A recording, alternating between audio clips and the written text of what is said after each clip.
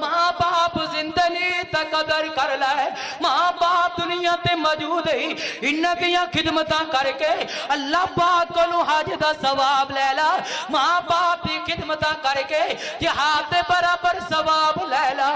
ماں باپ دی قدر کرو نا نبی پاک صلی اللہ علیہ وسلم فرماندے نے جیڑا بندہ فجر دی نماز جماعت نال پڑھدا ہے فجر دی نماز جماعت نال پڑھیے پھر بیٹھ جاندا ہے اپنی جگہ تے انتظار کردا کدو سورج نکلے گا انتظار دے درمیان اندر نہ کدی ذکر اذکار کردا ہے کدی اپنے رب کے دعاواں کردا ہے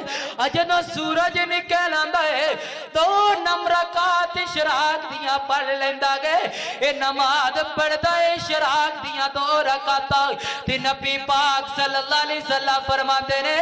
اللہ پاک اس بندے نو حج دے برابر ثواب عطا کر دیندا